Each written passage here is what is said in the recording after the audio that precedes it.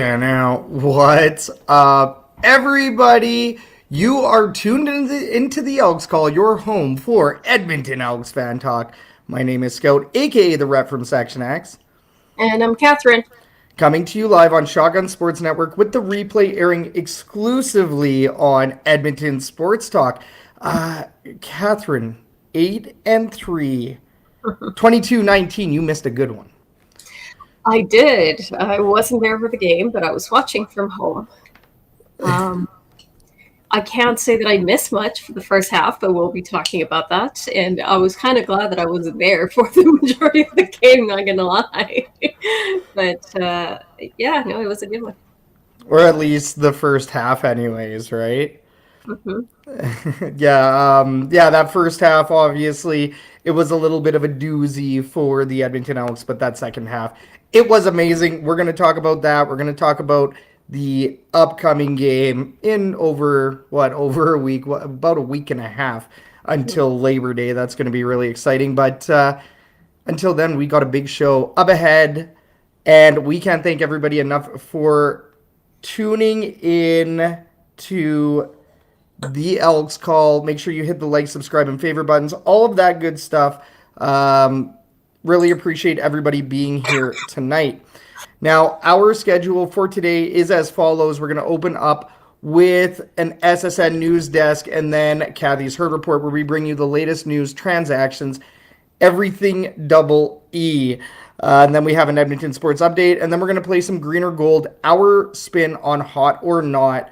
And then before we get into the fan forum, we'll chat with our special guest in The More You Didn't Know, which is Derek. And we've been informed that Derek may show up a little bit earlier. So The More You Didn't Know comes whenever Derek joins the show. And then, of course, we're going to finish off the show with the fan forum, where we discuss hot topics surrounding the Elks, the CFL, and sometimes the sports world as a whole. We're interactive. So we see you already, Sue Knudsen, in the Herd Chat. What up, Sue? Make sure you get your comments and questions into the Herd Chat, and we will be sure to bring those up onto the show. All right. Quick SSN news update. Jason and Andrea did host a taco contest at stall 138. 6 competitors entered in this contest. It was a huge success. Pierre, we see you in the Herd Chat. Pierre was indeed the winner for the Taco Taste Off contest. He won both the judges' vote and the fan vote as well. So a huge shout out to Pierre for the win, and very thankful for the support from the sponsors and, of course, the Edmonton Elks as well. And, of course, the tailgate party. Everybody in the tailgate participated in some degree, right? So it's really cool. The people that were walking through, they got to taste some amazing tacos. It was another great, fun event. So love it. We do see Game Day Baby here in the Herd Chat. What up? And, of course, we see Pierre as well. So the big winner. So really, really cool. All right. On more of a serious note, we would like to acknowledge that we have lost a very great Double E fan, Leanne Jackson. Our viewers and listeners may know her as Cosmic Rhubarb in the Herd Chat. She's been a friend of the Herd for a hot minute. Big friend of the show as well. She's been here in the Herd Chat, like I said, but big in the Double E community, a Double E fan through and through. Unfortunately, Leanne did pass a couple of days ago due to some complications. Very tough, right? It's very tragic. Our hearts, thoughts, and prayers go out to James and her family and her friends. Tonight's episode is dedicated to Leanne. If we could please hold a brief moment of silence in remembrance of Leanne.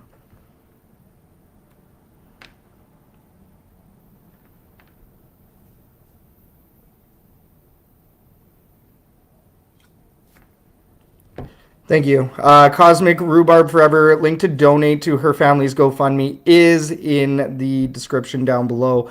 So if you'd like to donate, that's where you can do so. All right, next up we do have Kathy's Herd Report, where we talk about recent news, transactions, of course the latest game, the upcoming game, and everything else. Today's Herd Report is brought to you by Shots from the Hip. Oz and Jason give you the latest from the sports world, from CFL to NFL, NHL to NBA. You can find all of that and so much more right here on Shotgun Sports. All right, Kathy, let's talk about this last one. Let's talk about it. And I apologize in advance. I am sick and I am coughing away. So if I end up suddenly going mute, it's because I don't want to be coughing in your ears. But we'll get through it. Let's talk about this game, though. Scary start, not going to lie. Scary half, really. Really bad show from the Edmonton Elks for 2 quarters straight. But it was all Winnipeg. Yeah. But as they seem to do a lot this year, they found another way to win. The Elks barely had any time of possession during the first quarter. But if there's a small silver lining, is that the defense only allowed 1 field goal in. But that still didn't stop Winnipeg from completely dominating that first quarter. We did have a couple of solid passes, one for 41 yards to Larry Orange and another one for 28 to TJ Luther. But he immediately fumbled it as well. So, I mean, just one thing after the other. That, of course, led Winnipeg to start the second quarter with a touchdown. Mm-hmm. I truly don't know what was happening at this point in this game. The Elks looked like they were on the bye already. They were barely trying. It was a bad show, as I mentioned. There were some short rushes by Justin Rankin that really went nowhere. We had a lot of incomplete passes on second downs, leading to turnover on downs, had parties. Fajardo looked off. And this showed with that straight pass to Winnipeg's Moxie for an interception. It was just awful. Winnipeg did get close enough for 2 more field goals, and we truly got lucky that Winnipeg messed up really badly and had a couple of penalties that gave Edmonton that 51 yards after that incomplete pass. So thankfully, Fajardo was able to pass to Austin Mack for a touchdown with just about 1:30 left on the clock. Huge. Defense held Winnipeg to mostly short gains, keeping the game within reach, heading into the halftime at least. But at this point, the Bombers had 300 yards of offense, including 100 yards rushing, while the Elks only had 130 yards offense. Yeah, it was crazy. Like, I mean, I had looked up at the game clock, and sure enough, right, it was over 300 yards. And once the Elks got the touchdown to finish off the half, and I know you'll talk about, well, you already talked about it with Austin Mack calling it in, but the fact that the Edmonton Elks were able to get a touchdown and the total offensive yards was over 300 at the half for Winnipeg, like even before I had gotten up, before the touchdown, like I had walked away from the seats, went to the washroom, did all of that stuff, did my concourse duties, went and said hi to people. But I had looked at it and I was like, dang, this is gross. Like, I mean, we're getting smacked around. And then once they got the touchdown, I had zero concerns about that second half. Like, I'm not going to lie. Like, zero concerns about the second half. I don't know. I think it was just that, I don't know. I was watching from home, and the defense was definitely, I mean, they obviously helped Winnipeg to the point that we were able to catch up.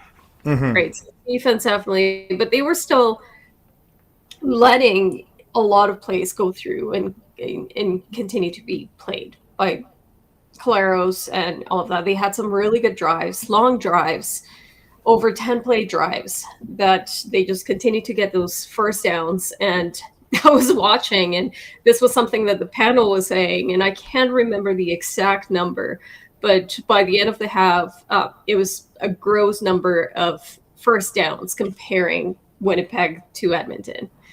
The Bombers ran 40 offensive plays to the Elks 17. Yeah. The Bombers had over 22 minutes of possession by the half. It was just very, very one-sided. And it didn't matter that the defense were still holding on and, holding them back from getting full major points, major scores. Right. It was still kind of concerning that the numbers and the stats were so far behind half. So, Yeah, I mean, it was definitely staggering, right? It was very staggering and very one-sided on both halves of football. Like, I mean, I don't think I've ever seen a game swing that way, that hard from one side to the other, from one team to the other. I cannot say I've seen a game like that in a hot minute. And when I did, most likely the team was called something else at the time, right? It's football that we haven't seen in a while. And I think going, like I said, going into this half, right, having confidence in the team and knowing that they were going to pull off something crazy in the second half. I haven't had that feeling since, once That's again, they were called something else. I think that's where I was going with that. But I wasn't sure if I was confident at that point. Like Yeah. going into the third quarter, I really like I wasn't expecting what happened. I was Hmm. expecting them to fight back because we have seen that by the fourth quarter, Fajardo's really clutch and he'll make some plays. But I didn't expect them to completely flip a switch and do the complete opposite of the first half, right? The other way around. Um, Going into the third, the Elks opened with a very physical, sustained drive, powered by Justin Rankin. He had some big runs, 14, 17 yards. Finally got himself some solid gains. And that drive culminated in a field goal by Vincent Blanchard, which at this point, I was taking it. It was like points on the board, just any points, I will take it. The following drive, though, that was a beauty of a drive. Hmm. 11 plays, multiple first downs, combined efforts of Fajardo, Justin Ranking, TJ Luther, Cephas, Austin Mack, all of that leading to a 2-yard rushing touchdown fly for Fajardo. So it was a beautiful drive, especially after what we had seen. Oh, And of exactly. course, defensively, Edmonton delivered a momentum shifting play when Noah Taylor he sacked Colares for an 8-yard loss, and it forced the punt right as the quarter ended. So when the quarter ended, we were 16-16.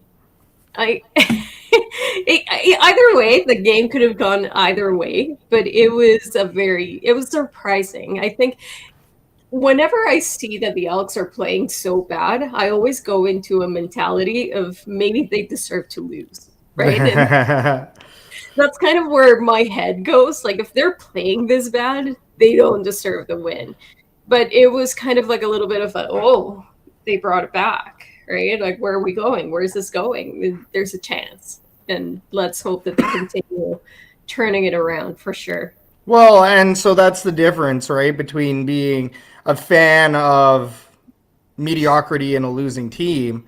And I mean, I'm not throwing shade anywhere. If anything, I feel really bad for the Ottawa Red Blacks. But the reality is that when you're watching competitive football and you're watching a competitive sport, your mentality changes from, oh, it would have been like, oh, they really screwed it up and they should have won it, or they should have did something different. When you're watching that kind of play, it's like, no, you kind of deserve to lose. Like, you guys are getting smacked in the mouth. If Yeah. you don't look like you're in it, like, wake up. I hope that this is a learning lesson for you. But next game, do better. For today, this is garbage. Well, And even talking about, like, even that half, right? Like, you sure hope that adjustments were made. And based on the third quarter, just like you were talking about, it looked like the adjustments were made. yeah, they probably got a talking to, that's for sure, in the locker room. Yeah. And, maybe that's what they needed. They needed something that definitely seemed to flip the switch, and then suddenly they showed up and they started playing football. Fourth quarter, the offense, it opened strong again. Rankin churned out steady gains. Luther, Mack, they kept the drives alive, reliable catches. Fajardo moved the ball efficiently into scoring range. Now, this was on Fajardo. He fumbled the ball at the Winnipeg 18, and things got scary for a little bit as well. Boyko was also injured in this play. Hmm. Thankfully, Edmonton showed their grit during the next drive, and Fajardo moved the ball down the field enough for Vincent Blanchard to score a field goal. Um, and of course, the defense, they continued to show up. They delivered one of the quarter's biggest moments. Reed intercepted Claros at the Edmonton 7, shutting down a Winnipeg scoring threat. That was big because that could have very easily turned into a touchdown, a major score, and it would have changed things considerably. Hmm. Unfortunately, the Elks couldn't capitalize, but they did make sure to stop Caleros with a sack for a loss of 8 yards Huge. within Edmonton's territory. That forced them to go for a field goal with 1:41 still left on the clock. And we have seen this before many times. The Elks managed the clock beautifully. Fajardo moved the ball consistently into Winnipeg territory.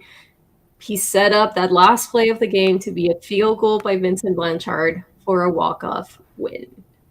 Huge. It was great. It was good. It was good. It was a really good ending. It was a kind of a surprising ending, not gonna lie, based on the first half. Yeah. But by the end, the Elks had 252 yards of offense, while the Bombers only had 36 yards total, with a net of 19 yards during the second half. Time the possession flipped. Elks ran 41 plays to the Bombers 13. And the biggest and the best surprise of it all, 0 penalties. No penalties. Huge. Huge. I mean, I think the stats were out there, but it's been a very long time since the Edmonton Elks have, or even any CFL team has gotten a no penalty game. That was absolutely unreal. And I'm not going to say that the Edmonton Elks didn't commit any in actuality. I'm sure there's, a little holding or two that was snuck out there, but it's on the referees to catch that. And unfortunately they didn't. Do we want to talk about the rest of this in a minute? Because we do have our guest joining us right now. Do we want to continue the good and the bad in a minute? Yeah, we can do that. We can go back and talk about the upcoming game.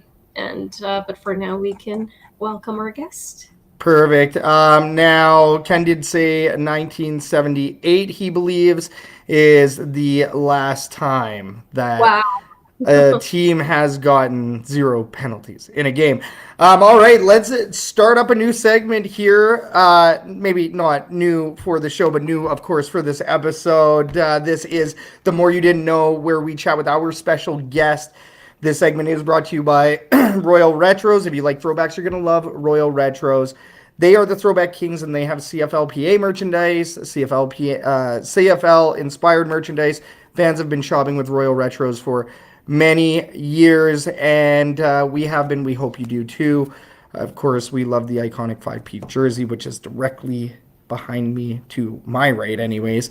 But go check it out over at royalretros.com.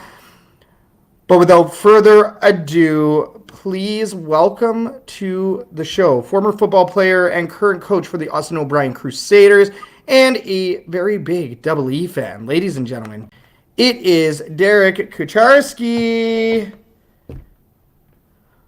Oh, Derek, we don't have your audio, my man. We don't have your audio. If you're using AirPods, it doesn't like this system very much. I'll say that. You might have to go off the phone. I apologize.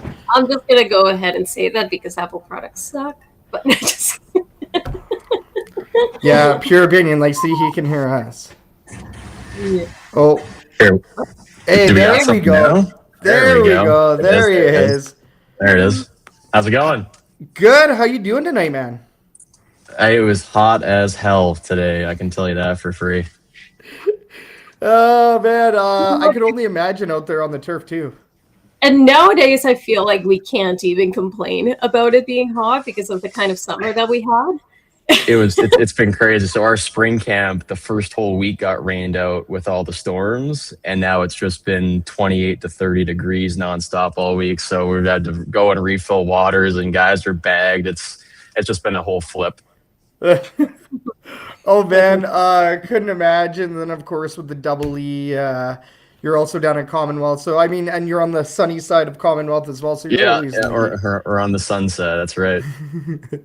Oh, man. Well, we're really excited to have you on the show today. Viewers, if you are watching live, be sure to throw your comments and questions into the herd chat, and we will do our best to get them onto the show.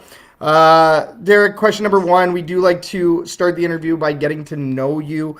How did you get into football or sports in general? So it was way back. I was, 2 or 3 years old when we first got our season tickets as a family, and my nana and grandpa took us to the games, and it kind of just went from there. I fell in love with it. I was always the kid who was like, I want to play football. This is what I want to do. And then we just kept going. And to this day, we have the same kind of group of 6 seats. We're down in the lower bowl now for the last 13 or 14 years. The kids have taken over paying for the seats. Grandpa just gets to come and enjoy it with us. So it's a good time. I love that. It should be.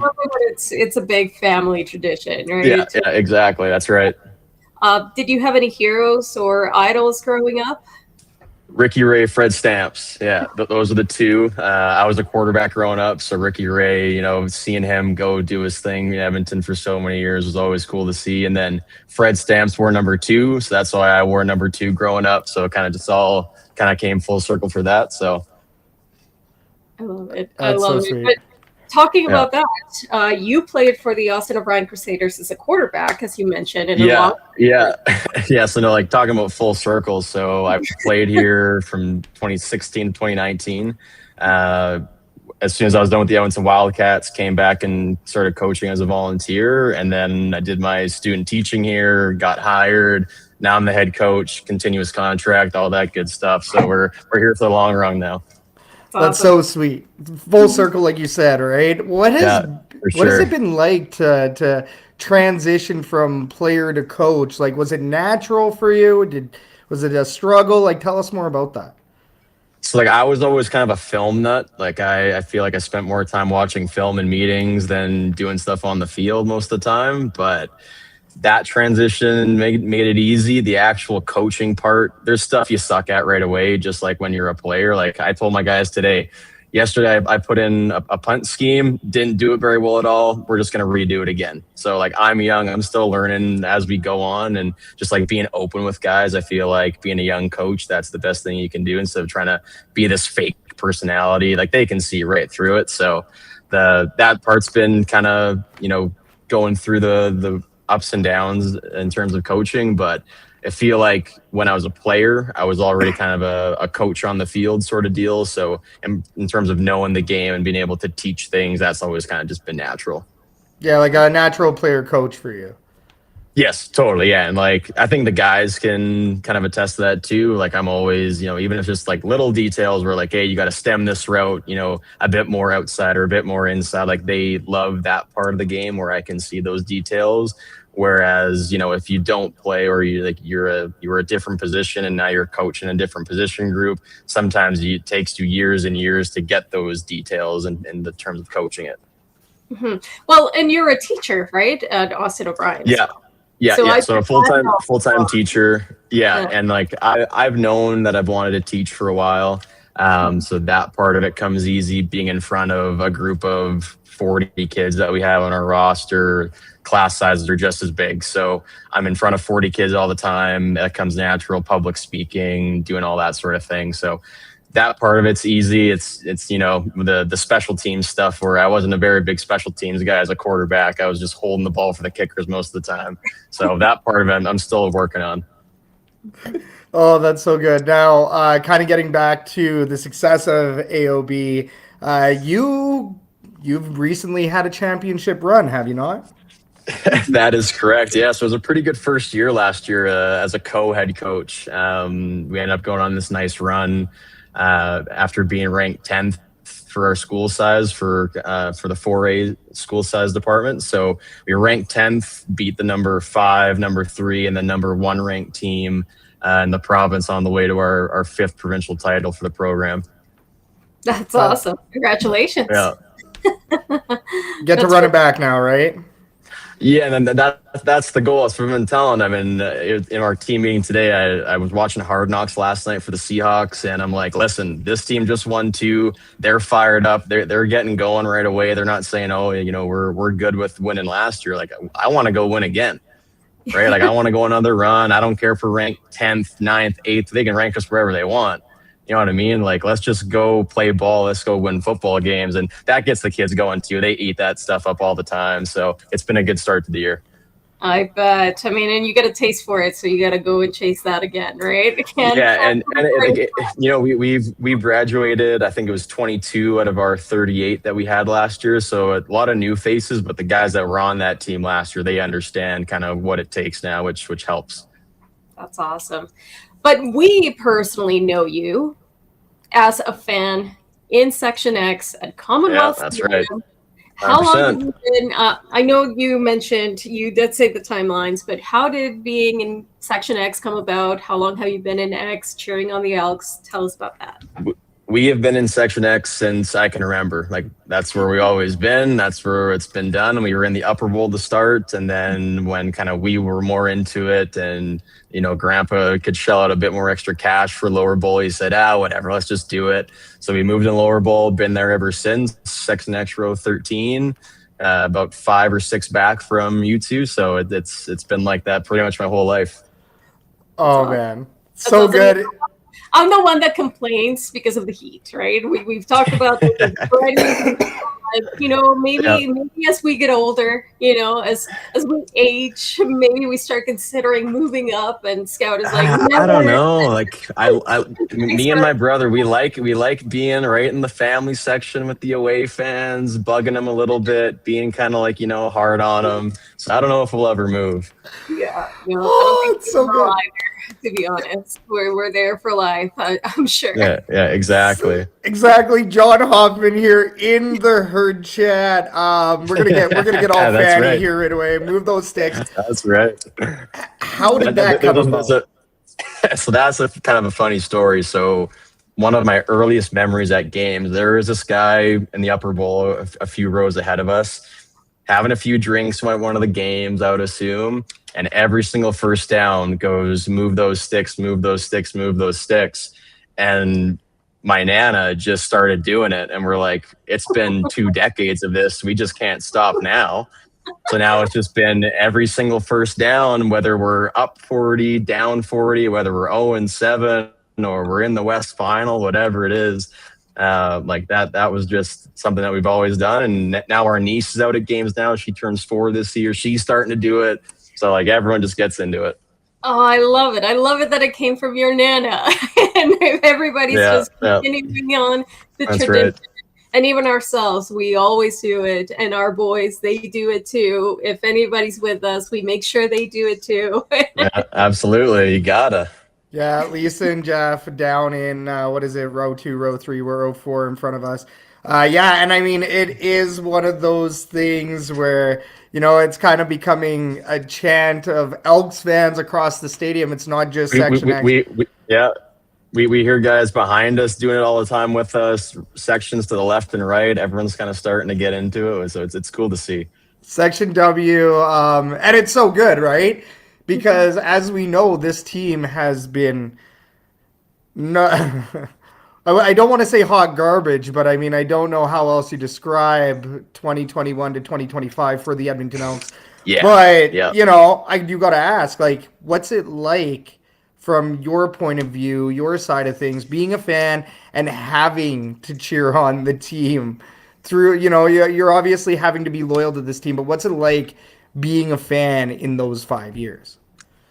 You know what? Like, it goes back to like the whole name change, and I get why people were upset and everything. I said, it's Edmonton football. They're wearing green and gold. They're at Commonwealth Stadium. To me, the name didn't really mean anything. To me, it was just one of those things where we just had to get through it, right? It was overturned rosters. It was guys not sticking around, and to just get through it and see it kind of come into fruition with Killam and, JC Sherritt coming back and running the D. That part of it is just nice to see. But to stick with it through 5 years, I mean, it got hard, right? Like, we're going to games. There's 8,000 people, if that, right? When there's, the Red Blacks are in town. So to see that was kind of hard, but it was always, once they start winning, people will come back, people will start cheering, right? And then you look at it now, it's exactly what happened. Yeah, I mean, more than just a name. I know we're not going to get too deep into it, but it's nice to see the crowds return. Obviously, you've been there throughout it all, which is why we love to mention that, is because, we're down there with you. And amongst the, the Toronto, Jake Julian got the Rouge to win. And people had already left because the Edmonton Elks looked like they were going to blow it. Kathy, you know, didn't even go to that one because it was a really chilly one, and she usually likes one game off a year, right? So like, we were even missing people at that game, and I'm sure you guys were too. And you know, we're part of the 3,000 people that are still in the stadium, and you get to watch those moments. And you as a fan, you've gotten to, you know, stand by the team and watch those moments and kind of relish every little bit of it. So it is really cool. Yeah, we will. We do see some questions in the herd chat. We'll get to those in a moment. Kathy, you got the next one. Yeah. And I do see a couple of ones that are really good. But let's fast forward a little bit to now. Now that the team has turned a corner, how much different has it been? You know, from 2026 to the previous seasons, in terms of your experience as a fan, you know, what kept you going throughout those years as a fan now that we're at this point and now we're here? I mean, you can just feel the buzz, right? Like the buzz for the team is kind of back. Like you see it on social media and you see the ad campaigns around the city where 4 years ago, you asked someone like, what are the Edmonton Elks? They looked at you like you were crazy. They had no idea like what the team was or where they played or when they were playing. So the fact that now we're seeing again large groups of people coming back to games regularly, like it's just so cool to see. And when honestly, like I hope we host a playoff game this year and we can open up the whole upper bowl and you can see Commonwealth for what it is. Because I remember as a kid, like the place was deafening. Right? Like you had playoff games here. I remember in the freezing cold against Saskatchewan in 2015 when they went on the Grey Cup run, there's 55,000 in there, and Saskatchewan took time counts and offsides and procedures all throughout the game just because our fan base was so passionate. Right? So seeing that is just the most rewarding thing as a fan.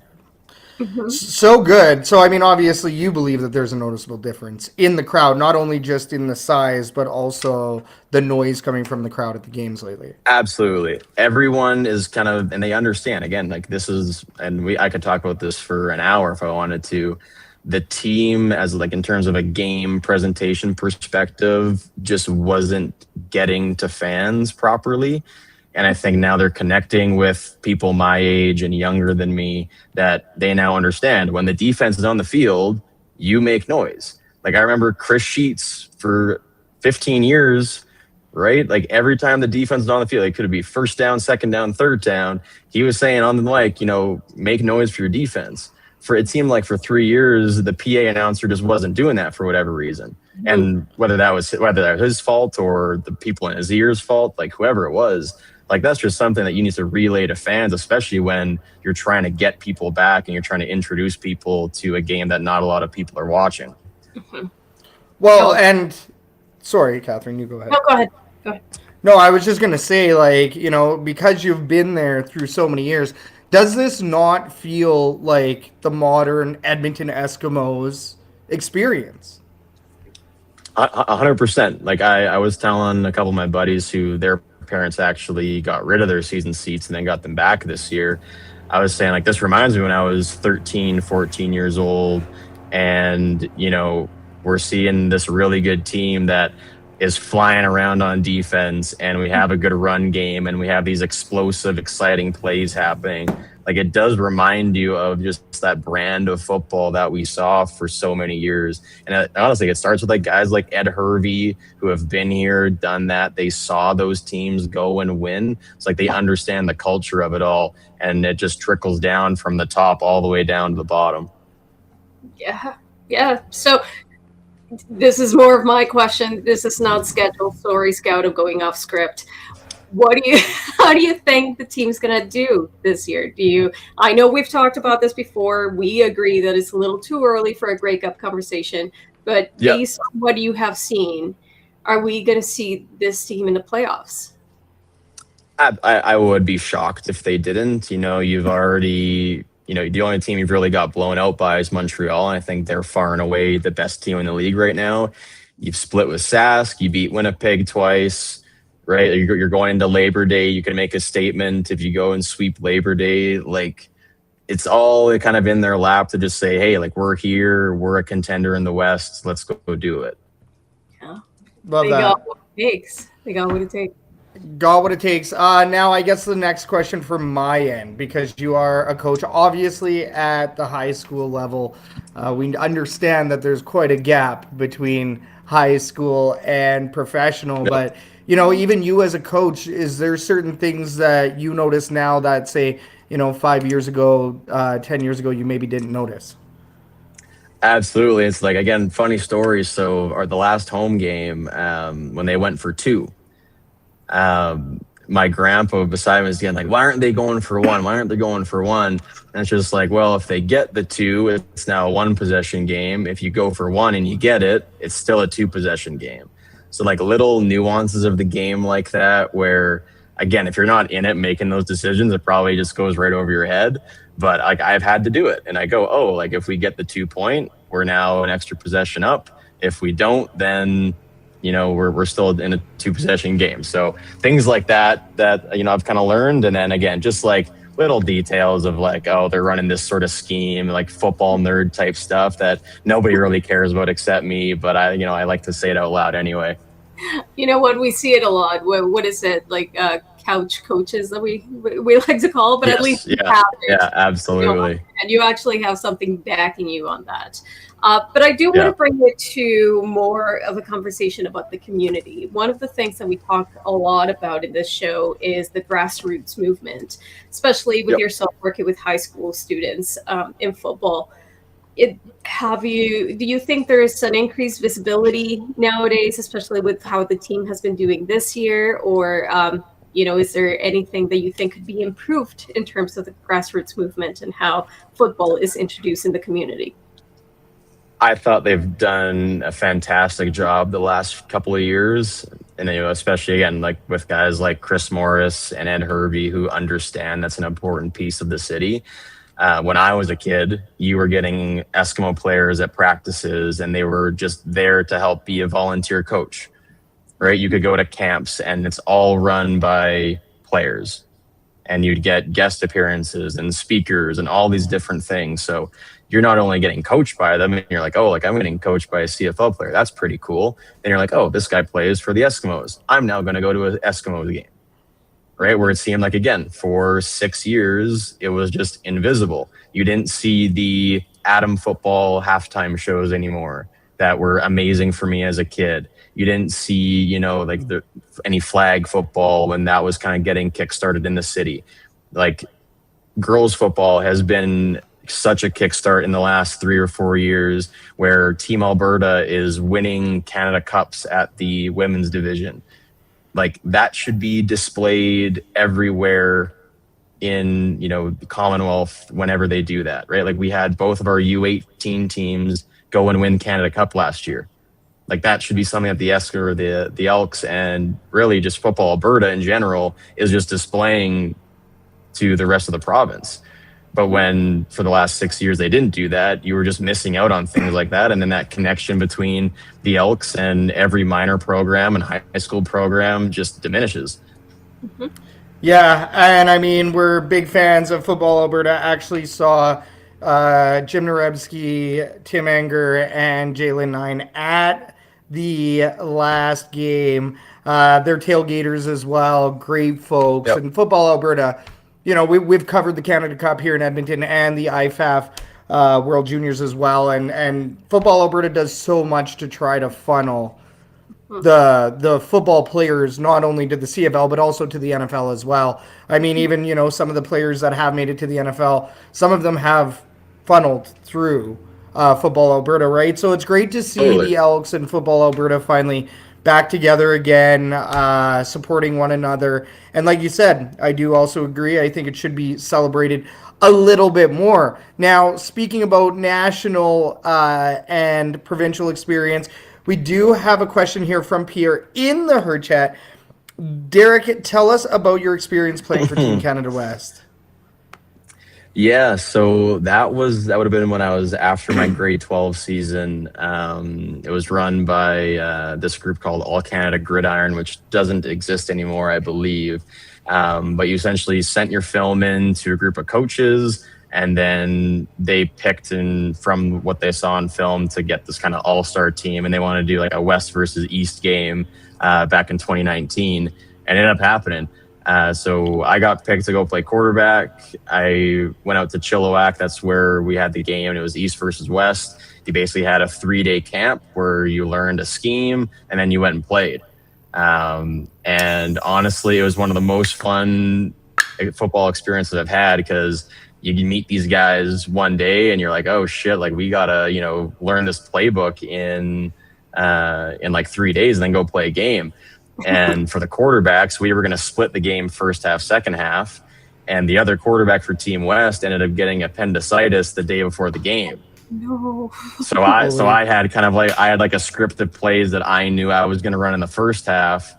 All of a sudden I get the whole game to myself, which was good for me because it was just more film and more experience. And I was just able to run the game myself. But like morning of the game, they're like, yeah, this guy got appendicitis. He's in the hospital. It's your show, right? And if I went down, we didn't have another quarterback. So I got to, protect myself and play smart that way. But, deep down, you want to go run around and you want to, make plays with your feet. But yeah, like one of the best experiences, like I still talk to a bunch of the guys that were on that team. We're still pretty close because in those 3 days, we were just together 24/7, it felt like. So one of the best football experiences I've had. Crazy. That'd So be sweet. terrifying. Good experience, like you say, but you gotta really for sure.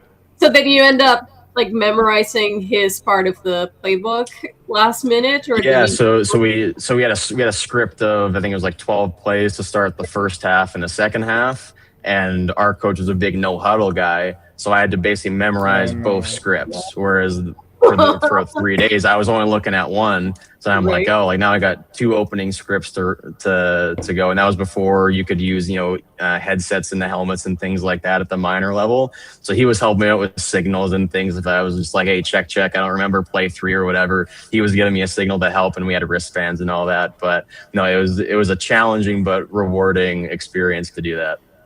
It's wild. So cool.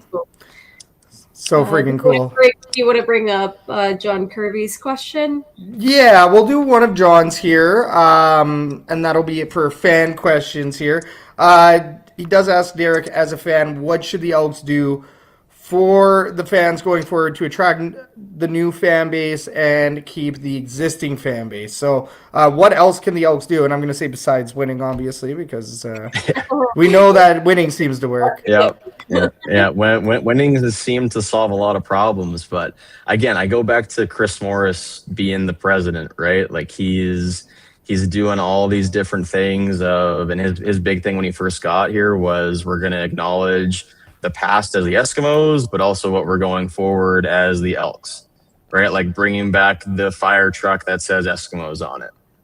Like there was no reason to get rid of that specific fire truck that's been part of, the stadium and the fan experience for so long. Getting rid of the sign that says once an Eskimo, always an Eskimo, right?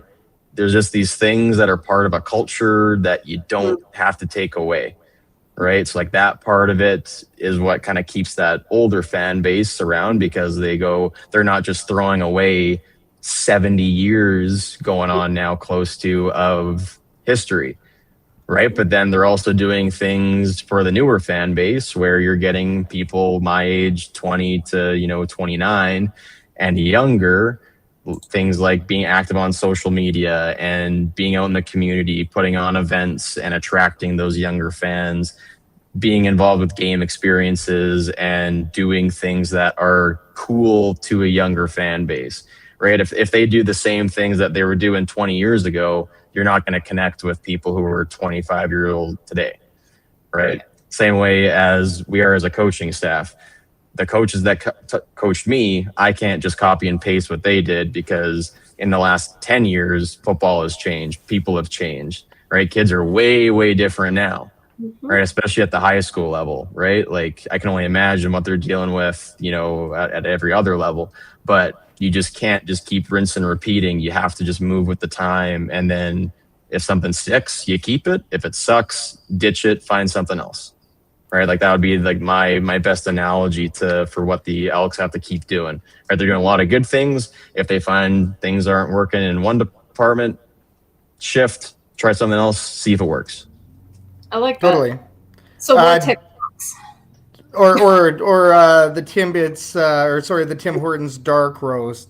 We'll see if that ever grows. Stuff like that, right? Like it's becoming kind of an inside joke where that thing comes up. All the Elks fans are like, dark roast, dark roast. No one has any idea why we're saying it. But it's just become a thing where Elks fans all of a sudden now get it. And we're like, oh, it's whatever, like 25 in a row at this point. And I've heard it's because Tim Hortons only sent in one version of the video or something. That's what we were thinking. We were trying to. So like I heard a rumor about that. So like whether that's true or not, like that's awesome. That's a little inside joke where 20 years. I hope it's at 85 in a row for dark roast. I love it. Right, and again, that can just be something that like it transcends generations of fans, right? Well, even other fans as well. As I mentioned, we had guests coming by, and they came by from Toronto, and they were joining us for the game, and they were laughing, and they're like, "What is this? Why is this such a big thing?" So we told them all about it, and we were speculating that it's probably they only have one graphic, and that's the only graphic that they have to use. But it's just turned into like an inside joke that all Elks fans know. And sure enough, I mean, you did indeed mention it, Catherine, in the last game. I think you did mention it then, or sorry, not the last game, but the game before. I think you were like, I wonder if they didn't actually ever get any different graphic. Sure enough, that ended up being the reality for that. So pretty good. But Derek, we know that you don't have all of the time in the world, and we aren't going to take too much more of it. Do have to ask one last question here. Do you have any advice for football players that want to transition into coaching or want to become coaches? Honestly, if your playing days are done, and it happened kind of me throughout COVID, happened, I didn't end up going back to the Wildcats. If you just get the itch, like go back to the program that helped you. Right, it's so rewarding. It is honestly the best thing. Seeing guys that I've coached now go play for the U of A and the U of C, and we had a kid who's out in Ontario at a prep program who already has offers in Canada. He wants to go play down south. Like it is so rewarding seeing a kid come in grade 10 as a kind of a scrawny, kind of giraffe-looking kid, and then they're a grown man in grade 12, and he's towering over you, and you're like, oh, like you're gonna go play in the league one day. Like absolutely. So like it's weird because as a player, not to say it's individualistic and you're doing it for you, but there's a lot of that in it where you want to go do bigger and better things. As a coach, yes, winning is awesome, and winning championships and getting new merchandise for the guys and for my coaches is awesome. But seeing a kid go from grade 10 and watching them grow through off seasons and all this different stuff, meetings and all the grind of a football season to grade 12, it's something that doesn't even compare to playing. That's so cool. I like that. Yeah. So freaking cool, man. And obviously we're always cheering you on. Very thankful to have you down in Section X, bringing the noise with us, but to also see your accomplishments with AOB, man, like Austin O'Brien, done you great. Now you get to kind of give back to that program, and you teach there as well. Winning championships, getting rings. It's great to see that, and you have a path forward to maybe something bigger than this, right? And I'm glad that we get to talk to you before you start charging for autographs and whatnot. But man, I mean, always thrilled to see you down in Section X, to see what you're doing out there, and especially tonight on the Elks call. Really, really thankful to have you here tonight. We will not take any more of your time. Where can we find you online, or where can our viewers, listeners find you online if you want to disclose that information? I'm pretty private. I like to keep things kind of close, especially as a teacher, so I won't disclose that. But That's people fair. who know me, they know where to find me. Perfect. Love it. Commonwealth. Yeah, Section X Row 13. That's right. There you go. Love it. Love it. Once again, man, can't thank you enough for joining us tonight and spending your time with us. This was a great convo, and we really appreciate what you bring to the football community and to the Edmonton Elks fan community as well. I know that we're going to see you again soon, and we hope you have yourself an amazing night, Derek.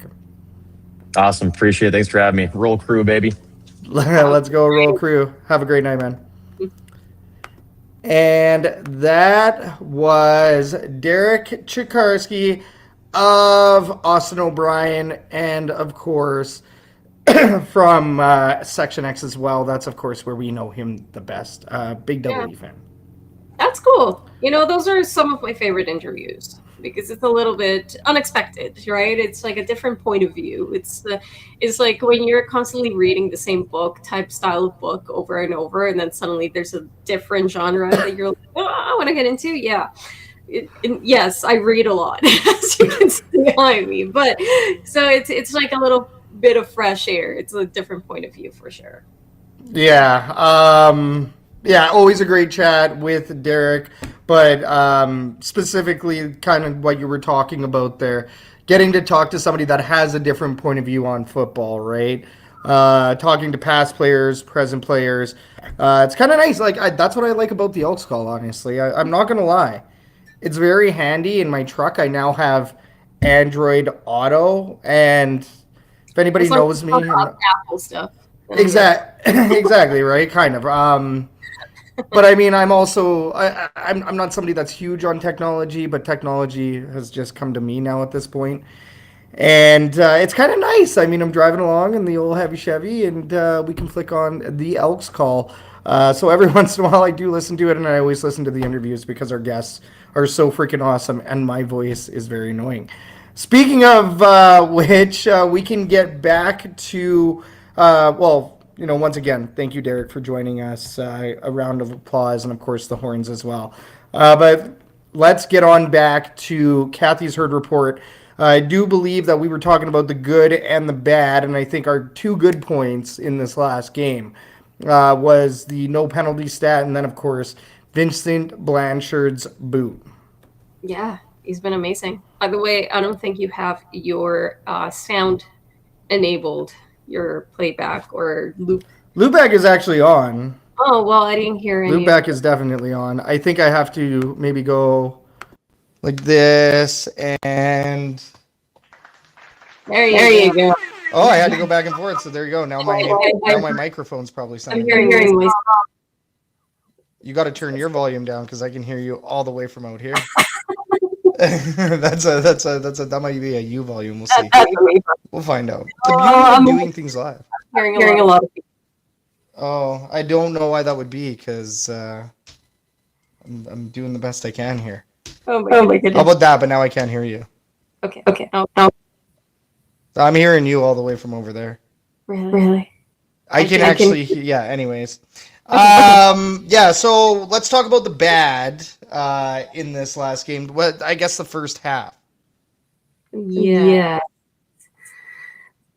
Please, know you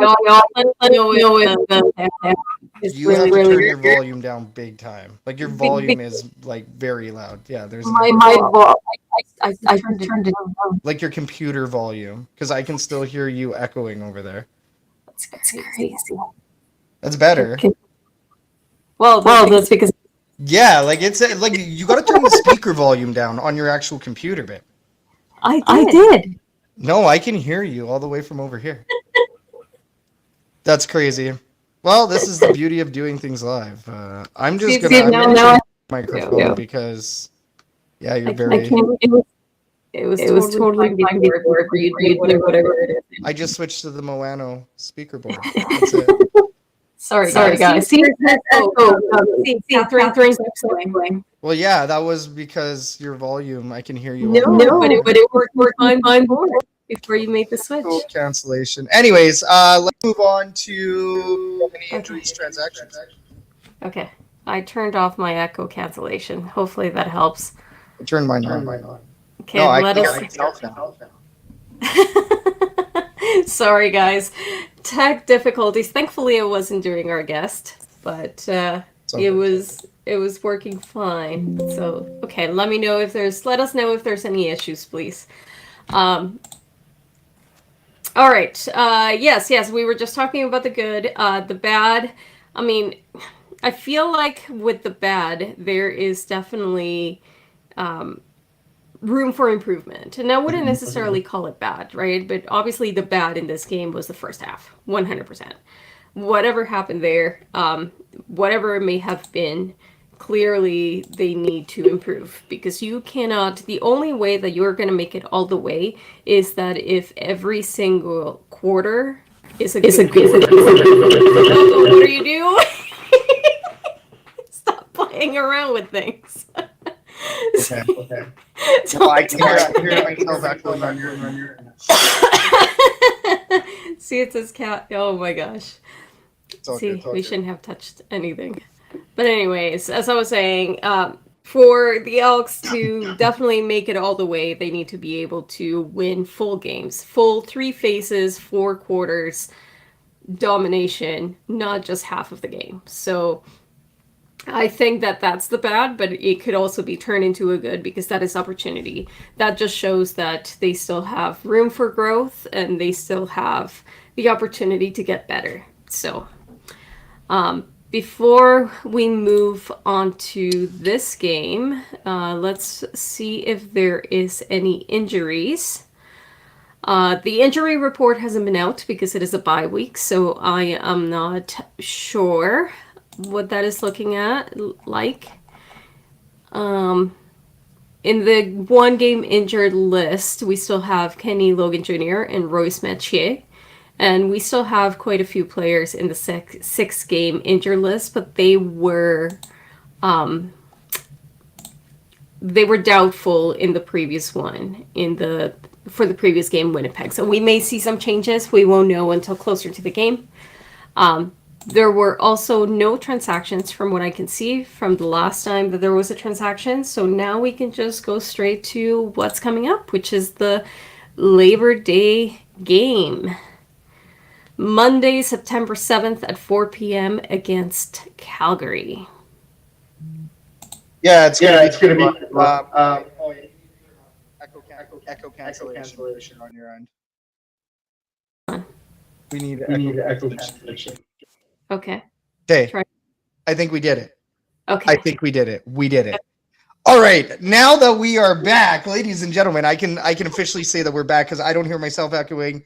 You're not echoing. I needed to turn my echo cancellation on. I think we got it now. Okay. All right. Let's talk about the Labor Day Classic. This is going to be exciting. Obviously, we have to wait a little bit. So we'll see. I did want to mention on this last game, there are a couple things I would like to mention. One is that I did call the Edmonton Elks holding the Bombers to 23 at the most. They actually did better than that, right? I think I had like a 27-23 prediction, somewhere around there, or a 28-24, something like that. But a 4-point gap. I definitely had a 4-point gap on it. Edmonton Elks got it 3 points spread apart there. So pretty good, I'm going to say. I also do not like doing game predictions, especially too early. I think game predictions, it gives you an opportunity to get roasted for being wrong. And almost every single game prediction is incorrect. I mean, Catherine, there's a reason why you don't do game predictions. So yes, I hate it. I get it. I get it really bad because I do them and then I regret it. First of all, yeah, I mean, it's too early to predict Stamps versus Elks because we don't know if VA is going to be healthy. Apparently, Dedrick Mills is going to be healthy this week for the Stampeders. They're going to be getting healthier week by week, depending on what happens with this game coming up. If VA is healthy by the time the Labor Day Classic kicks off, it could make for a very exciting and stressful game for Elks fans. I mean, the Elks did get smoked last year in the Labor Day Classic. Now, the Elks were also struggling to find their identity at this time last year still. Mm-hmm. I mean, you had given the keys to Trey Ford. That didn't work out. Cody Fajardo came in. Fantastic insurance policy. Cody Fajardo is now the starter with this team. The team is rolling. They know who they are, and they know they don't like the Calgary Stampeders. Mm-hmm. So here we are. You know, this is going to be a fun one. Both teams are going to be hungry for this win. Mm-hmm. And I don't want to give a score prediction right now, but I do think that we can identify some keys of the game right now. Mm-hmm. Which, if Vernon Adams Jr. is in, or whoever the quarterback is, get to the quarterback. With Vernon Adams Jr., the thing is that you won't be able to depend on interceptions against VA. He has been good at preventing the pick this season. But if the Edmonton Elks can put the pressure on VA, get the pressure on him early, especially, I think that they have a really good chance of winning this game. Another one is hold the line. Give Cody Fajardo some time with the ball, and we'll see those big plays. We prefer to see those plays early once again, but I mean, we'll take them at any time. Just give me any major Cody Fajardo play here. And then, of course, number 3, keep it clean. And it's going to be tough because the Edmonton Elks are coming off of the cleanest game I think that they've ever played. Literally, like Mr. What was it? 1978 as per Game Day Baby. 1978, and even though I don't even know if that might have been Double E, or that could have been another CFL team. If it was Double E, then there you go, right? Jason in Red Deer, what up, Jason, who is helping us with our audio? Thank you, my friend. A little round of applause for Jason of Shots from the Hip podcast. Go check it out over here on the Shotgun Sports Network. VA and Mills both practicing this week. Looks like they will be good to go. So, I mean, there you go. They're going to have 2 of their best players active, available for this game, pending anything happening this next weekend. And the Stampeders, I forget exactly who they're playing against this weekend. I had it. I did also have the CFL website kicking around. And there it is. Never mind. I was too quick on reading that. Okay. But yeah, either way, I mean, it's going to be exciting. And the Labor Day Classic is always a good one. Pierre does ask here in the herd chat. He does ask, what is your favorite Labor Day memory? Specifically for Labor Day, I'm going to say my favorite memory, because I've watched a lot of losses. I want to say 2021 was it right before Trevor Harris got traded. It was either, I want to say it was either 2021 or somewhere around there, but I think it was the boys' first Labor Day that they got to watch on TV. I watched that with you guys. The Edmonton Elks ended up getting a win, and I celebrated that pretty hard. I think for Labor Day, and then my other favorite Labor Day memory is, of course, the Labor Day bus last year. Edmonton Sports Talk Labor Day bus. Absolute hoot of a time. I mean, obviously, if I'm going to pick hard memories in Calgary, that's going to be the only one that's going to be the best one. But as far as like family moments and sitting around a TV and watching Labor Day 2021, I want to say Trevor Harris gets the win. Trevor Harris gets traded like a week or 2 later or whatever after the Labor Day rematch. So. Right. Well, you're going to have a chance to make another memory this year. Without you. So how about we talk about your favorite Labor Day memory as well, Catherine? Well, I think for me it's more of the Labor Day rematch favorite memory, like when it comes to the series, because Labor Day, like, sure, that 2021, I'm pretty sure we were watching it together and that was cool, but I didn't have a reference point. So I can't really call it a favorite memory. But one that I vividly remember is the Labor Day rematch that we won, and how loud the place got. And that was my first experience with Commonwealth being so loud that I couldn't hear myself scream. And that was cool. That was pretty cool. So I will always remember that one. I think that was the first experience that I had with a bigger crowd as well, and just it being so loud that you couldn't really hear yourself. So that was pretty cool. Yeah, I mean, I think that was the one that my dad was with us. I want to say it was a footballer bowl. Yeah, that one. That was, I mean, the Edmonton Elks, I think, had just gotten their first home win in 22 games. So that moment came a little bit before that Labor Day rematch win at home. That's kind of like the very premature, the Double E are back, right? I mean, I think we're grasping at straws when we were saying that, right? But yeah, it was still really cool, and especially with family, with yourself, it was really, really, really, really special. The Labor Day rematch, I have quite a few memories, and I mean, honestly, the Edmonton Elks have lost that one, or the Eskimos have lost that one quite a bit, even in the last 10 years. I want to say maybe the Double E have won that, for 3 or 4 times, right? So Yeah, I mean, really cool. Really, it's going to be a good time. I will be going down to McMahon Stadium. Will be going down there on the EST Labor Day bus again. Make sure you get your tickets. There is a promo code. You have to go listen to EST or listen to our last episode with Jay Milne to get it, to get the code, or I could just, casually cough and say EST Labor Day because we are indeed on EST. So I'll take that liberty there. Now, as far as players to watch, before I get into this, Game Day Baby Ken does say it was double E against the Alouettes. It ended in a tie. So, yes. For the 1978 game? Yes, correct. The last time the double E had a penalty-less game. Jeez. And then Jason does inform us that, yes, Calgary does play Hamilton this weekend. So I guess we're all we're not Stampeders fans. We're all going to be Hamilton Tiger Cats fans for a weekend. But at the same time, do you really want the Stampeders that hungry for the Labor Day Classic? And we can always assume that there's going to be some white jerseys versus some black jerseys. So wearing your white for Labor Day, we're going to talk about that in a moment. But yeah, I mean, player to watch, Cordell Jackson. He plays with a lot of heart. He can be a difference maker on Labor Day. Don't get too emotional.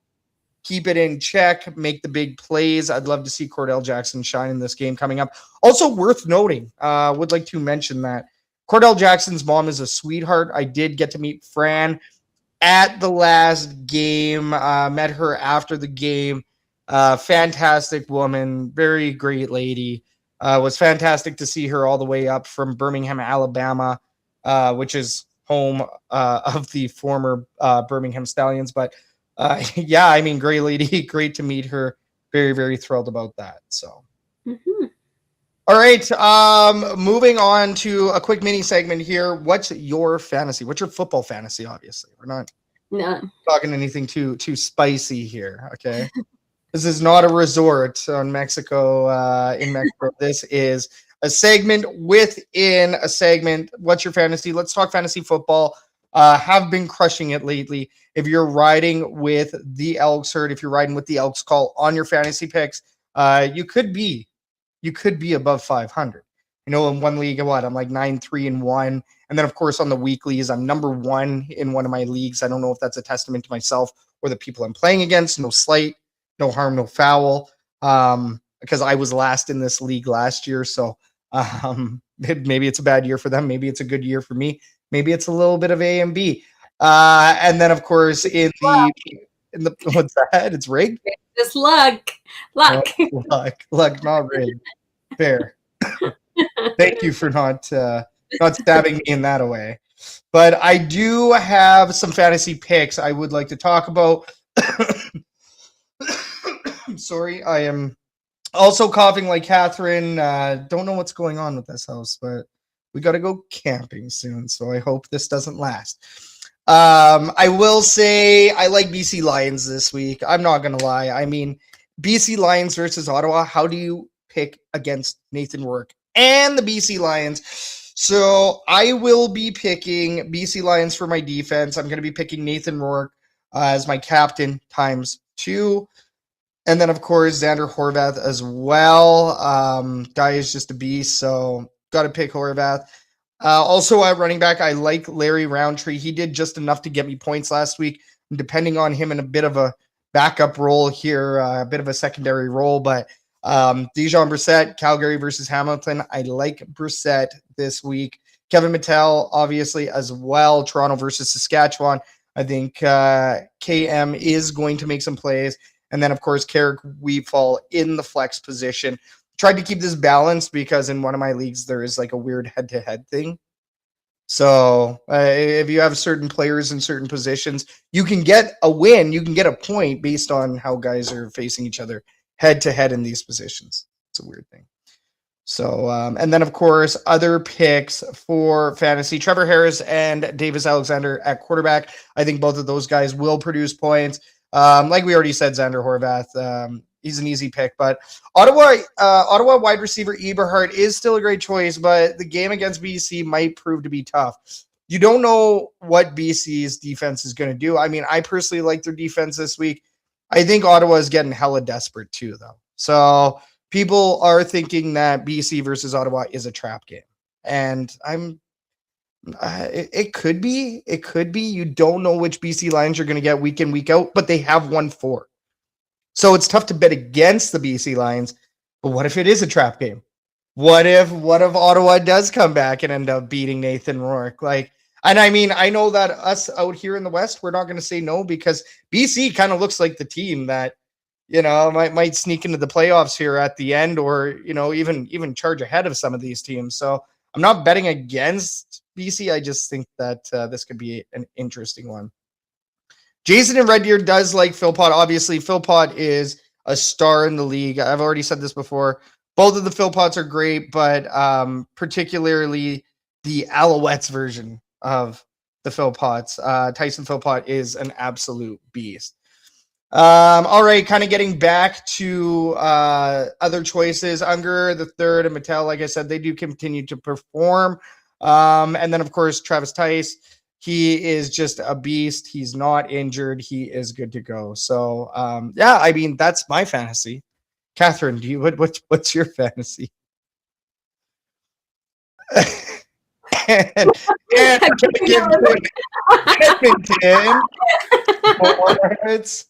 Updates.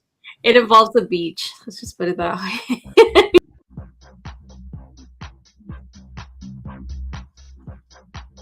Terrible. We're gonna have to do that twice because one of us didn't exactly.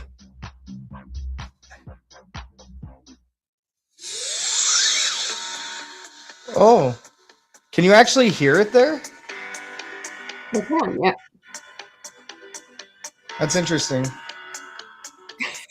Your controls are all over the place today. Now I can't hear it. What are you doing? That's crazy.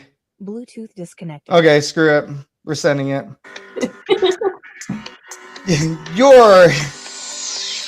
This Edmonton Sports Update is brought to you by Herdy's. Green and gold hot dogs may be long gone from the Double E menu, but green and gold sliders will be making their debut on September 12th. Swing on by stall 182 for your slider while they last. The Edmonton Elks are currently 8-3 after a 22-19 victory versus the Winnipeg Blue Bombers. The Elks visit the Calgary Stampeders on Labor Day for the Labor Day Classic on September 7th. Reach out to Section O if you're driving down to the Elks versus Stampeders game. And if you'd like to jump on the EST bus, check out goelks.com.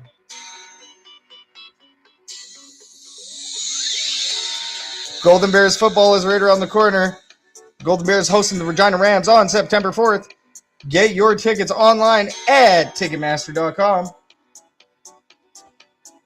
Love Pro Wrestling has events on Thursday and Friday with tickets as low as $10. You don't want to miss out on the action. Bare Knuckle Ice Wars returns to Edmonton on September 5th. Hockey fights without the hockey. You can find that happening next Saturday night at the River Cree Rink. Luke Combs is coming to Commonwealth Stadium in May 2027. Elk season ticket holders may have gotten a pre-sale code. Make sure you check it out. These emails were sent out within the last week. For more Edmonton sports updates, you can head on over to shotgunsportsnetwork.ca, where the Elks are. You're up to date.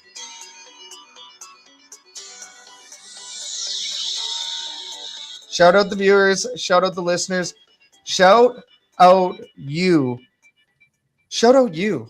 This is the Elks Call. You're rocking with the Elks Herd. We did that right off the phone. So, I mean, I thought it was connected to the Bluetooth, and I guess it wasn't. And even when I connected it, wasn't playing. This has been a night of technical whatnot. It's been a good one. We've had some coughs. We've had some technical whatnots. But most importantly, we have you, the viewer, the listener here, rocking with us on the Elks Call. So, shout out you. Thank you so much. Make sure you hit the like, subscribe, and favorite buttons, all of that jazz. Jason does inform us that Luke Combs is already sold out. Already? Jesus. Tell us that you live in Alberta without telling us that you live in Alberta. How did I not know? I feel like we have a pretty good year. And somebody did mention, I believe John Kirby in the herd chat did mention, he's like, thought you guys were going to be at GNR tonight. I thought we were too. I think based on a couple of things, I think it's probably good that we weren't there. That would have concluded 8 weeks of Commonwealth Stadium, I believe. I think we made it to like 7. Yeah, I'm pretty sure I did have things to do, but I do like to take off a game during the season. And I did tell Scout that I felt a little Commonwealthed out. Like I had been out too many times. I felt like every single weekend there was something going on. I just needed a little bit of time. And apparently my body needed it too, because I immediately, that same night, I got sick. So it was probably for the best that I wasn't out spreading anything, that I was very peacefully containing within my body that day.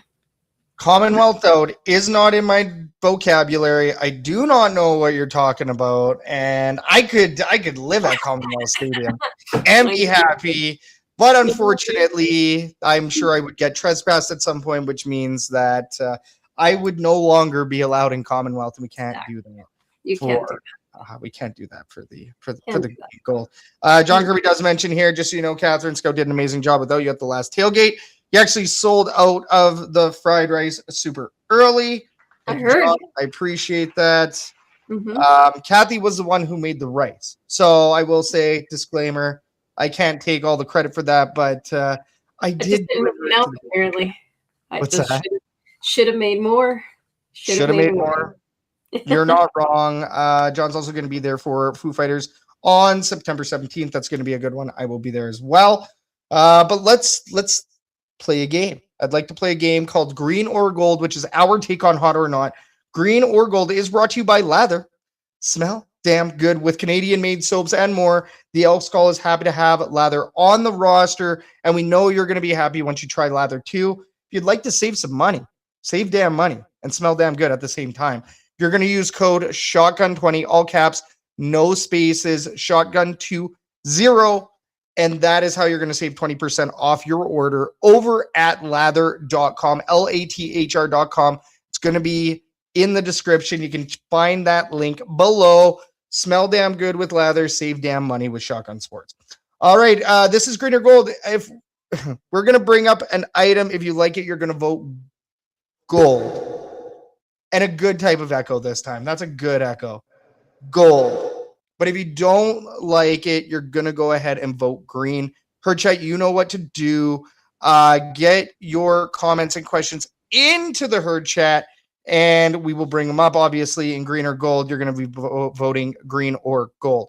And yes, John, he does ask, do you actually use that soap? I actually used the Lather soap right before we went live because it's a little warm in here. And as I found out about half an hour, 45 minutes into the episode, apparently it's the perfect time of night to mow your grass. And because we're not in the studio, I had to close the windows that were keeping my face sweat free. So anyways, before we went live, I did actually use some Lather, and my deodorant is also Lather as well. So yes, big Lather fans over here. All right, but getting back to green or gold, I know we talked about it last time. Can we bring it up officially now, the double E cowboy hats? Oh, did we actually do a green or gold on that? Because if not, I have two other topics. No, not really. No, we talked about it. We said that we were going to bring it up today, but I don't have a picture or anything about it on it. That's fine. Yeah, but we did talk about them, that they were going to be available, but we didn't do a green or gold on them. All right, so green or gold, everybody. Double E cowboy hats. If you did not see them, they're basically just a green straw cowboy hat with a double E logo on the front, a circle double E logo.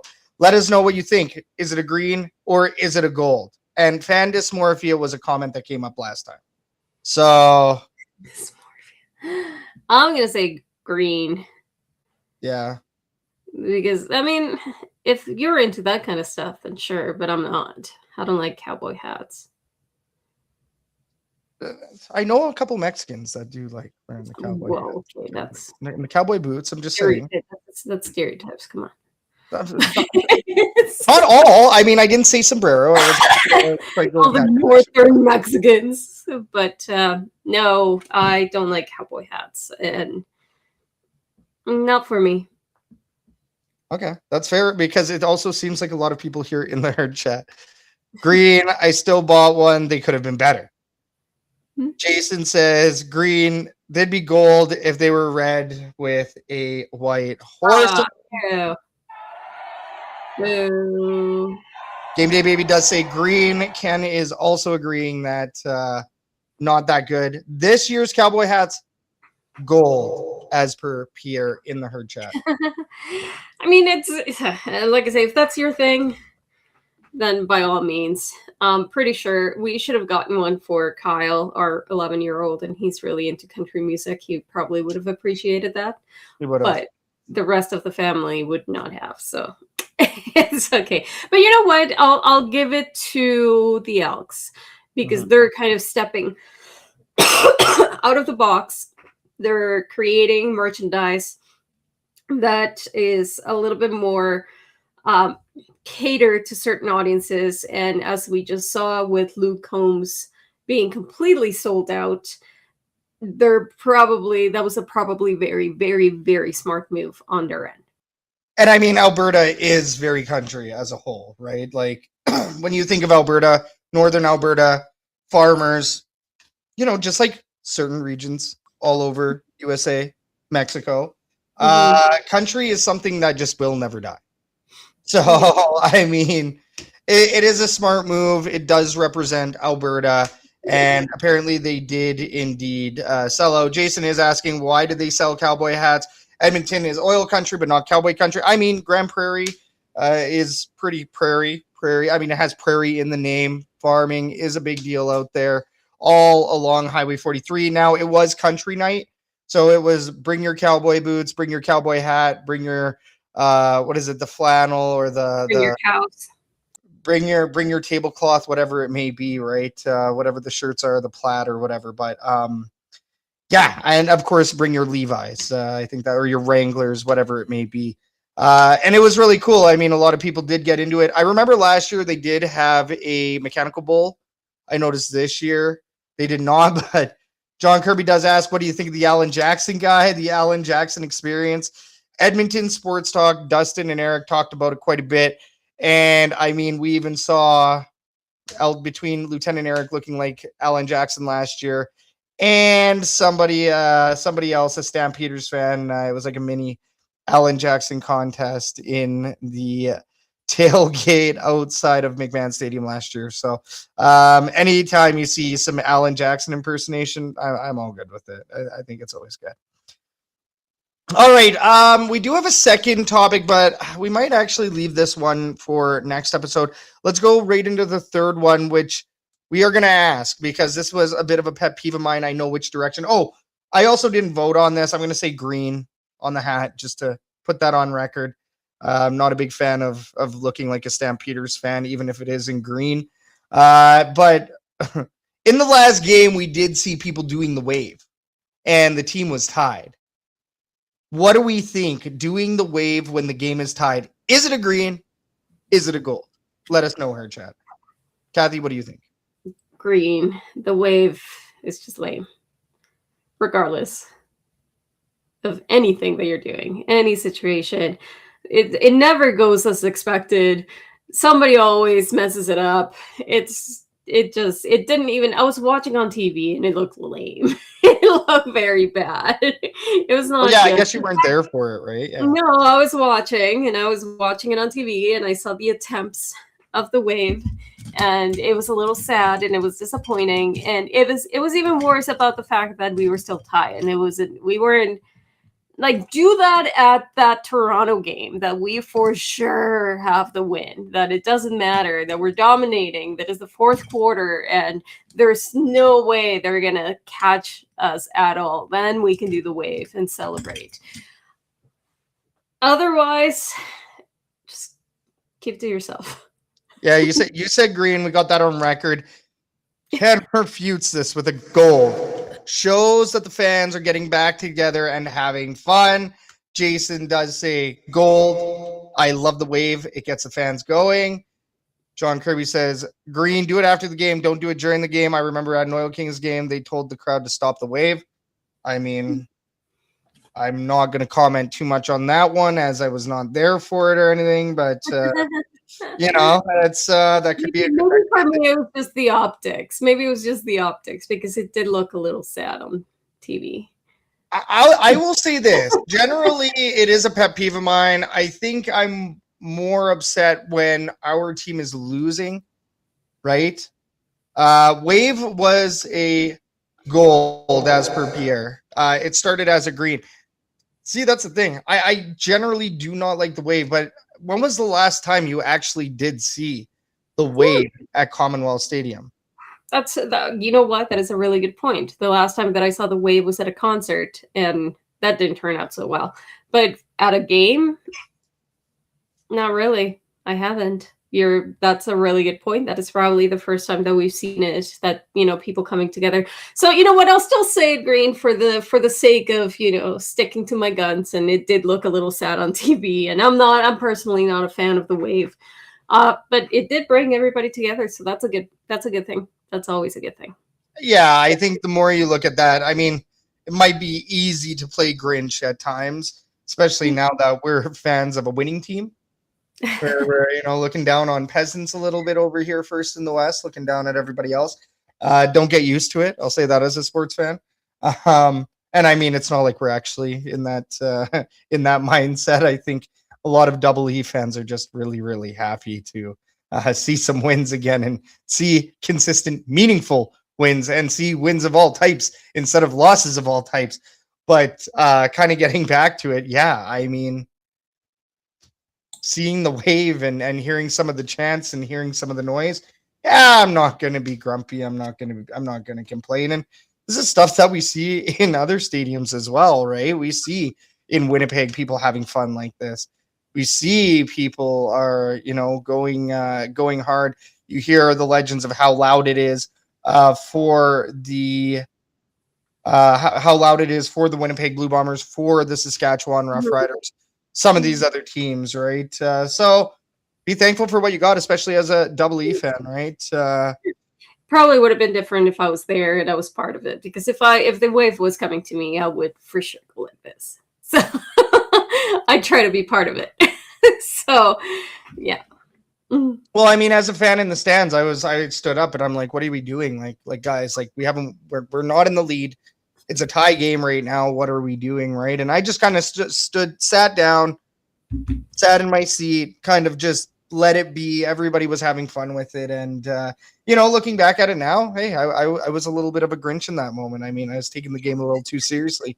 You got to remember, too, a big reason why people go to the game isn't to be stressful or stressed out like I am, or to be upset or to go watch the team lose. I mean, sure, maybe the opposition fans are, right, but everybody's going there for CFL football, and probably like close to 50% of people are just going to have a good time. Yeah. Like just going to have a good time, going to enjoy a Friday night, enjoying a date night, enjoying whatever that experience may be for them. I think that's also something worth noting, because, I've gone with people that are just going to have a good time. They're not looking at it competitively. My buddy Jeremy that I had brought in lieu of you, in relief of you, Jeremy, my buddy, had seen 3 Double E losses. Every single time I bring him, the Double E lose, apparently. But he's just going for a good time. And in this instance, he actually did come to Commonwealth and see a freaking win. So, that's kind of, right? Pardon me, sorry? His first time seeing a win. First time seeing a win, and that's across Eskimos and Elks. Like, crazy. Little insane. But last couple of comments here before we move on to the final segment. Pierre does say it was a great atmosphere in Commonwealth. Been ages. I agree. It was absolutely amazing. John does say, don't do the wave when we're losing. Do it when we're winning. Yeah, I mean, ideally, right? But no matter what, if people are having a good time, that's a really good indicator for your business, especially in sports. So, yeah, good stuff. All right, let's move on to the final segment.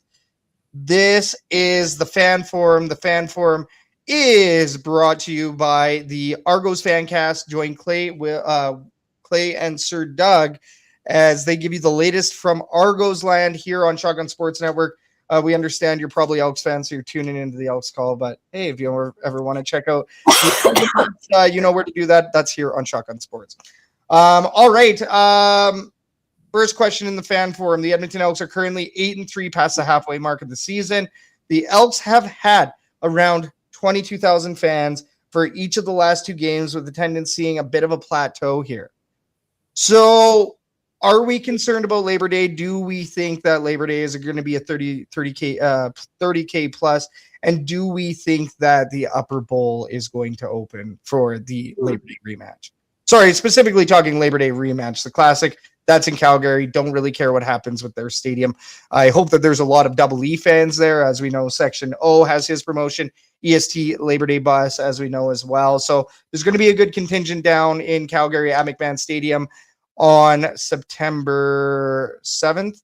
But I will, we are specifically looking at the Labor Day rematch. So what do you think, Commonwealth Stadium? Are we going to get up there? Yeah, I think that there is definitely a possibility that we see 30K plus. If there is a game, we knew that it was probably this one. And if they continue to follow the same guidelines that they had before, as long as it was more than 27,000, they would open up the Upper Bowl. So if they do the same, there is a chance that they will open it up. Yeah, I think there's a possibility. If there's a game, it should be this one. Do you think it's going to be one of those hypes? And of course, everybody in the herd chat, make sure you comment on this one as well. We want to get your comments onto the show. But yeah, I mean, as far as games, right? This is the one on the calendar that we kind of always thought was going to be the big one. And it should be. It's the rivalry. So if there is a game that anybody wants to show up, it's that one. I do wonder if we're going to see that pre-game ticket hype. I know that Matt Young over at CTV has been doing great with tracking the attendances. I was over on the EST Hangout a couple weeks ago talking with Matty Awanek, Jason and Andrea as well, but talking to them, and he does a great job updating. He maybe even looks at the HTML code or something. I don't know how he figures out his information, but we were seeing him playing a role even in the Edmonton Elks Upper Bowl opening earlier this season for that Saskatchewan Roughriders game. This game coming up, like, are we going to see that hype? Do you think it's going to be one of those like big march to open the Upper Bowl, or do you think it might go a little bit easier this time? I don't know. I mean, it's up to the team on how they market that, but they should. They definitely should make it a thing. There's a lot of, just as much as Calgary hates Edmonton, there's a lot of Edmontonians that hate Calgary. And that goes beyond fans of football, right? You see it with hockey. You see it with anything like that. Market it. Do something about it. Make it into a city thing. Bring everybody in Edmonton just to give it to Calgary and make it a thing. And maybe we get some new fans that suddenly they see what the Edmonton Elks are all about, right? So do it. I would say, I mean, obviously it's not up to us. That is more of a marketing team from the team. But if there is a game, especially with the way that the team has been going, it should be this one for sure. Yeah, I mean, I'll agree to that. John does ask, could they open the Upper Bowl loge section for fans, or do they keep the loge?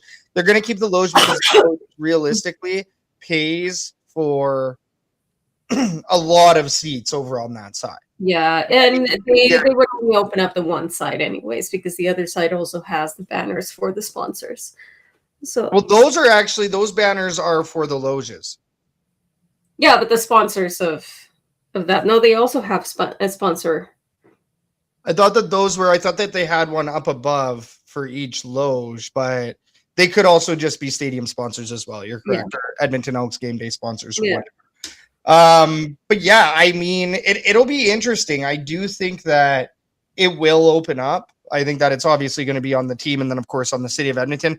I wonder how much a win in Calgary would propel ticket sales for the Labor Day rematch.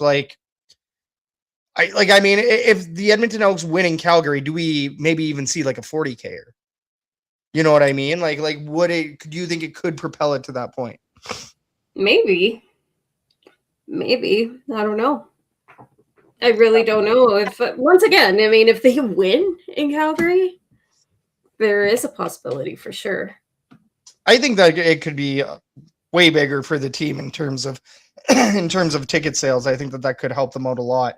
But yeah, I mean, it'll be interesting, and I do think the other thing too is that I had mentioned earlier on, I don't know, 2 or 3 or 4 episodes ago that the Edmonton Elks, if they get 20K against Toronto Argonauts, that would be great. If they can get 25K against the Winnipeg Blue Bombers, that kind of sets them up to open up the upper bowl for the Labor Day rematch. Now, we did see 22K and then 22K again. About 1,000 off on my predictions or my wants or whatever, right? But yeah, I mean, I think that they can still do it. And like we said, this is also still a game that draws the biggest attendance, has pushed the envelope in the past. I think it's gonna push it again. And like Pierre says here, winning Calgary in good weather on September 12th, 40K is in play. So John also checked Ticketmaster. Still lots of tickets available, but people are still making their plans for the weeks to come because we don't get good weather here in Edmonton very often, and it finally feels like summer hit us right before school starting for kids. So Yeah.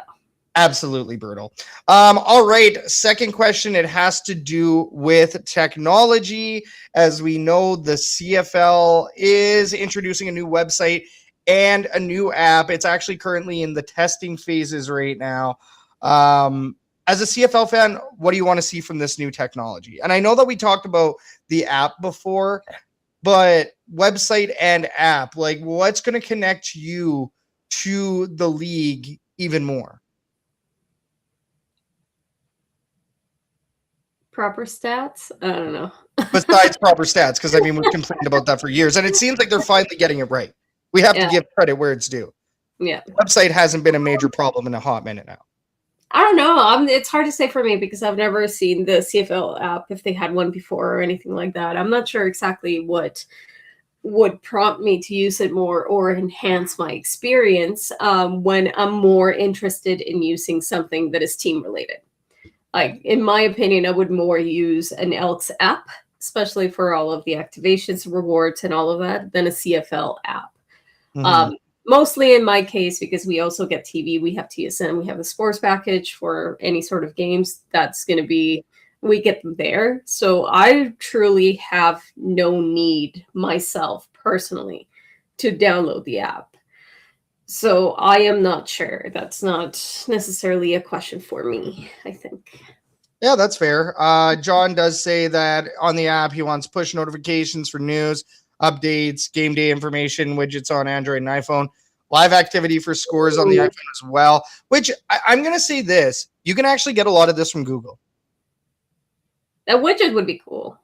Yeah.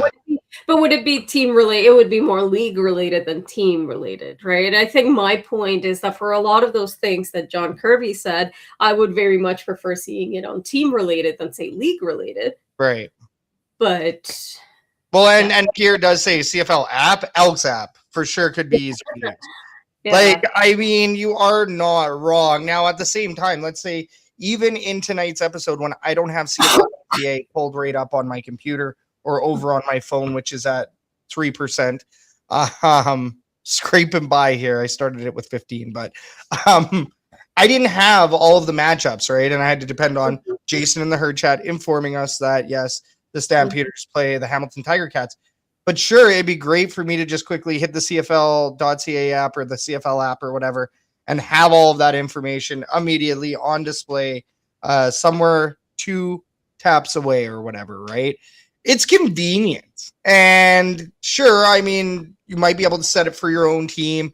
You might be able to customize it to a degree, right?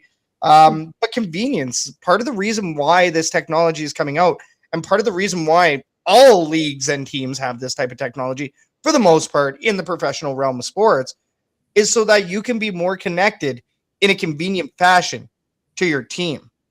Like you go to, say, the CFL.ca app, you should be able to get general schedule, wallpapers, and general CFL stuff, but you can also get more information about the team. And then if you want even more info, you can press a button and get over into the Elks app. You know what I mean? Or it brings you to the Play Store so you can download your team-specific app. I don't mind that. Yeah. Well, we'll see what they do for it. I mean, I have so many apps on my phone, like so many.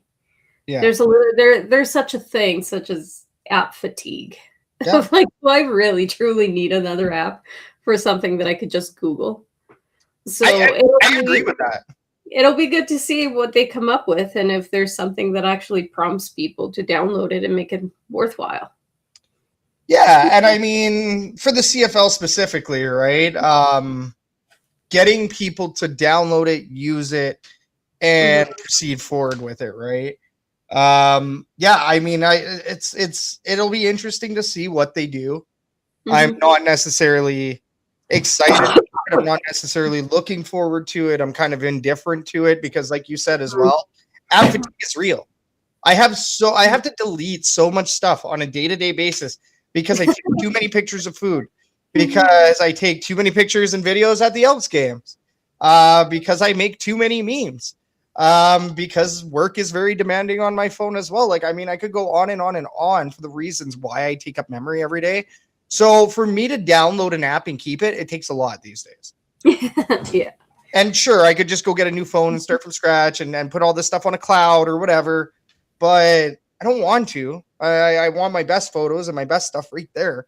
It just, unfortunately, apps take up memory and pictures take up memory and life takes up memory. Life takes up memory.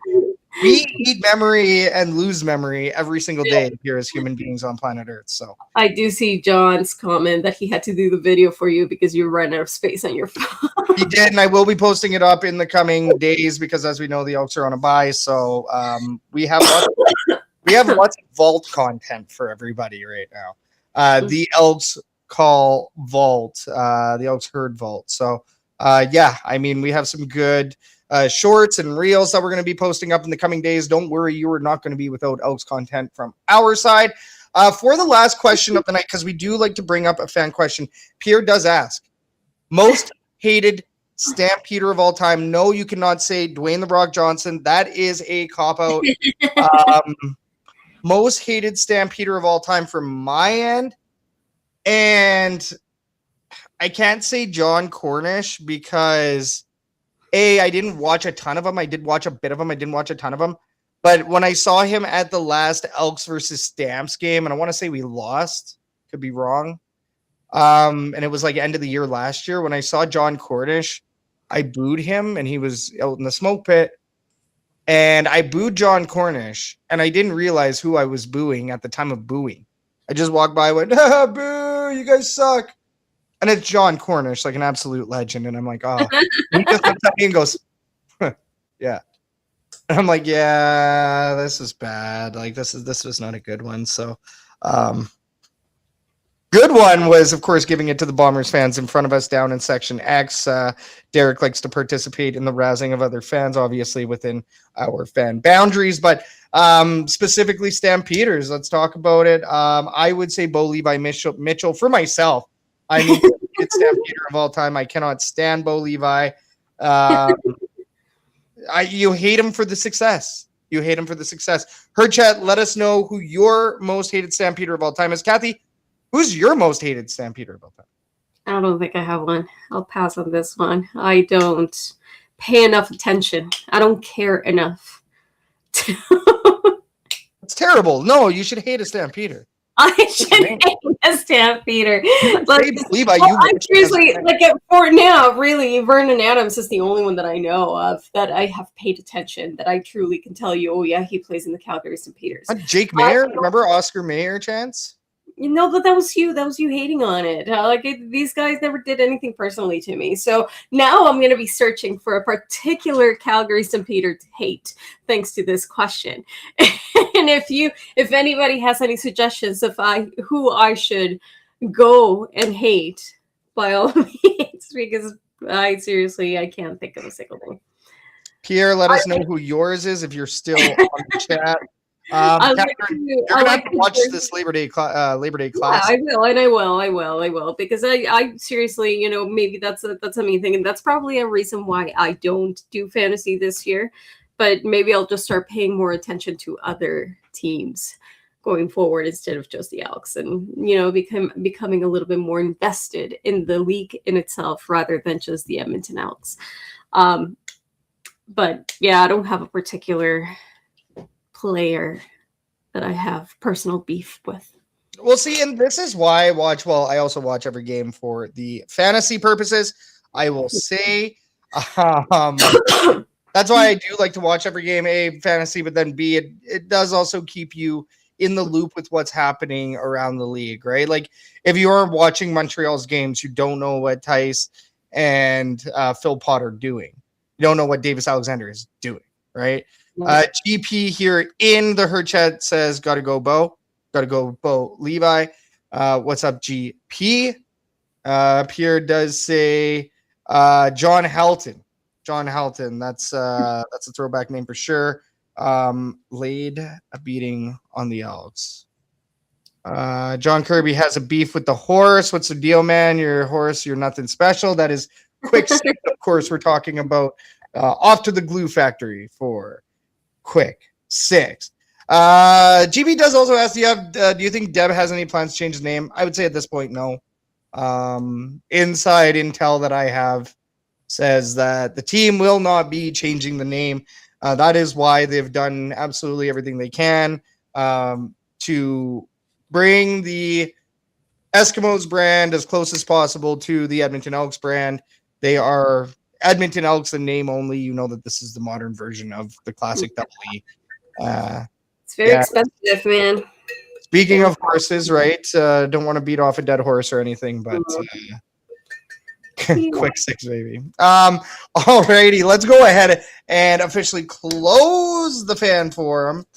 I see that we have another question. We'll talk about that one on the next episode because Turf Traditions should be coming out for the Labor Day Classic. I have not seen anything about the Turf Traditions yet. Once they do come out, the Elks Herd will be talking about it. Lock on in to the Elks Herd, add the Elks Herd on social media, find us everywhere, and that we can that we will get the Turf Traditions posts out there. We also did break back into our TikTok, so see if we start making a little TikToks. I'm not going to be dancing. It's going to be content that is not me and not me dancing, but might start. I don't know who's going to be making that content, but it's not going to be me. No, God, no. No, it's going to be like meme stuff. Like I'm going to do meme stuff on there, but alrighty, we have made it to the end of tonight's episode. This was a good one. Thank you to the viewers, to the listeners. If you're watching, that's going to be at the Elks Herd on Facebook or on YouTube. That's going to be Shotgun Sports Network LTD. And of course, if you're listening, that could be TuneIn, iHeartRadio, Spotify, Edmonton Sports Talk, or wherever you get your ear candy. This was a fantastic episode. Big shout out to Derek Kucharski for joining us tonight. And of course, big shout out to Leanne, Leanne's family. Leanne will be missed. This episode is dedicated to Leanne Jackson. So much love to James and her family and friends. But for tonight, my name is Scout, aka the Rep from Section X. And I'm Catherine. This was the Elks Call. We are the Elks Herd, and we'll catch everybody live from McMahon Stadium at the 2026 Labor Day Classic in about a week and a half. Until next time, we'll check you all later. Have a great night, everybody. Have a good night. Cheers.